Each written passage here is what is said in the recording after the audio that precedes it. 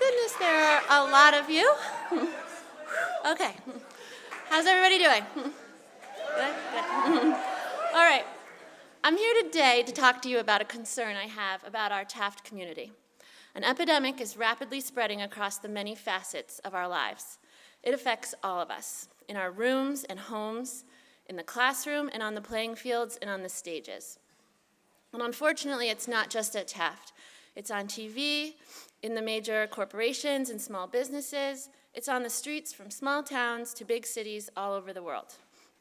I'm here today because I think we as a school need to take action.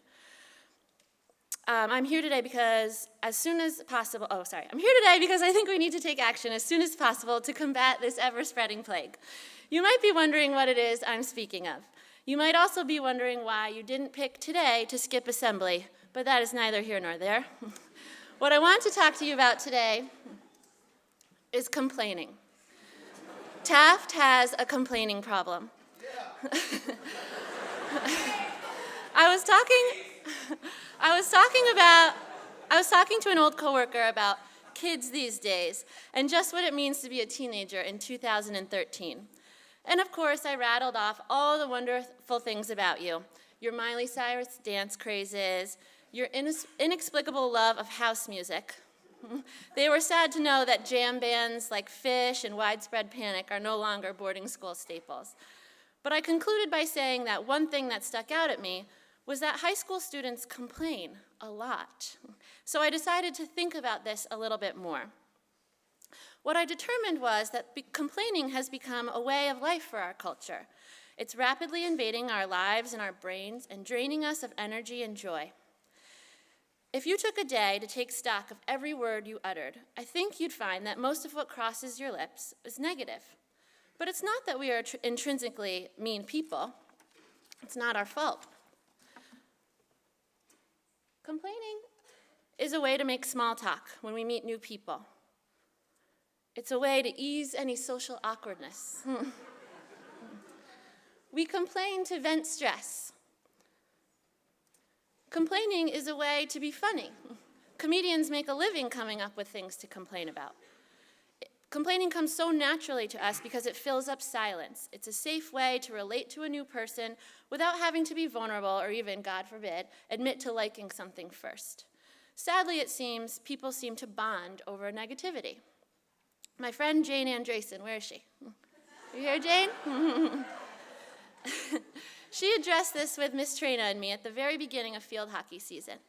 She said something along the lines of, Miss Leal, I noticed that when the juniors on the team complain about practice, all the younger girls on the team complain about practice because they think it's cool. Well, that's true. By constantly complaining, we're modeling a behavior that spreads. It's a learned behavior. Think about it. At sit down or when you walk into class and someone asks how you are, it's easier to say what's wrong rather than what's right with your day. And just quick sidebar while I have you all here. Can we agree to take tired out of the rotation of replies to how are you? You, my friend, are not the only tired person or the first person to be tired on this campus. We are all tired, but it's good tired. We don't just go to one of the nation's most rigorous high schools. Most of us live here. And if you don't live here, you spend 14-hour days here. We strive for greatness all day, every day, on the fields, in the dorms, in our classrooms, so duh, of course you're tired. Being awesome is really tiring, so get over it, okay? Let's move on. What is maybe worse than the prevalence of complaining is how quickly it can spread. Once it's introduced as an appropriate way to relate to your teachers and friends, it spreads rapidly. Complaining starts a vicious cycle of negativity, and it drags us all down. You know what I mean. You start your day off right, you're feeling good, and you sit down at breakfast, and someone right next to you starts right in on the complaints. No hot sauce that they like. Boom, you start the negativity spiral down too. Your juice is too watery. You do not like the consistency of this yogurt. Your outfit doesn't look right. Shout out to my twins today. I got 4 quadruplets, yeah. And the day's schedule turns out it's the worst of the week. You begin circling this drain of negativity, and it's really hard to stop. Now, Do you think I'm going to come up here and demand that you all stop complaining entirely? Get it? Cold turkey? Yeah. No. Everyone complains sometimes, and that is totally okay. Nobody is immune to it. For instance, I complain. Little kids complain. The happiest people in the world complain. Even Mrs. Hinker complains. And she is potentially the nicest person I have ever met in my entire life. No, all I'm asking you to do, much like Rev G asks us from time to time, is to be mindful of the words we choose and to be thoughtful about how we choose to express ourselves. To select positivity over negativity when given the chance. How might we overcome this plague, you might ask? Well, of course, I have an organized plan of action to tackle this problem. Introducing Ms. Leal's 4 easy steps to curb your complaining, or CYC as I'm calling it.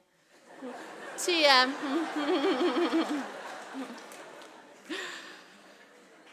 Step 1, controlled venting.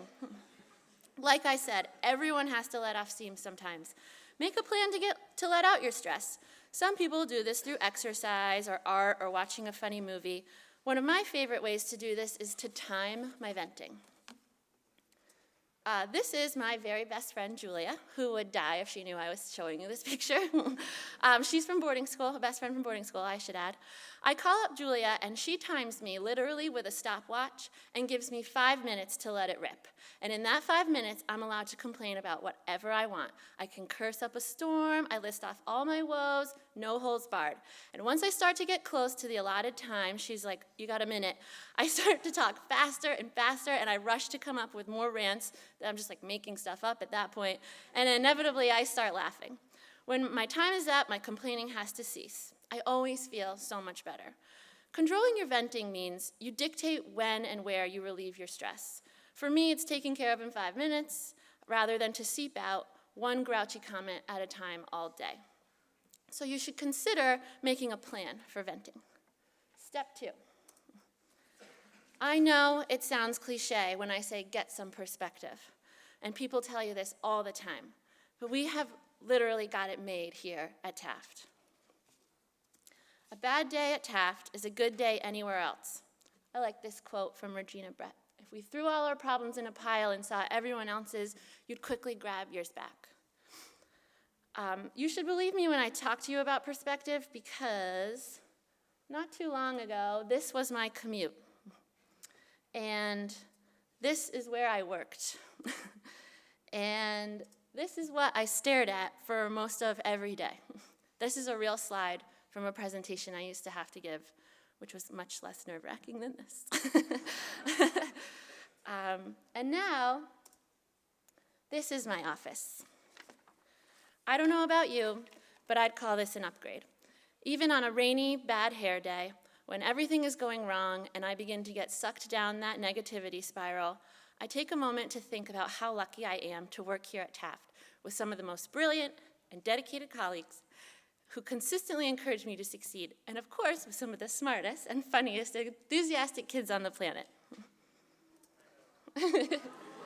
Step 3, positive energy out equals positive energy in.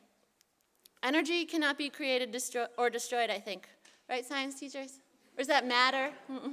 I don't know, I teach math. I don't know if I believe in karma or even if good deeds get you a ticket to heaven, but I do know from experience that the more good you send out into the world, the more you get back. I'll illustrate this with a story about our very own Ms. Dinalfo. Last year, I had the distinct pleasure of coaching the Thirds girls basketball team. Are all 8 of you here today? Yeah, the team was a lot of fun. A, because Miss Valdez was the head coach and she actually knows how to play basketball. And B, because we goofed around a fair amount. So we were also able to snatch up that coveted practice time slot of 6:30 to 7:45 p.m. This time slot also happened to coincide with Ms. Dinalfo's workout schedule. In fact, she and Ms. Tarrant later admitted they timed their workouts so that they could watch us play.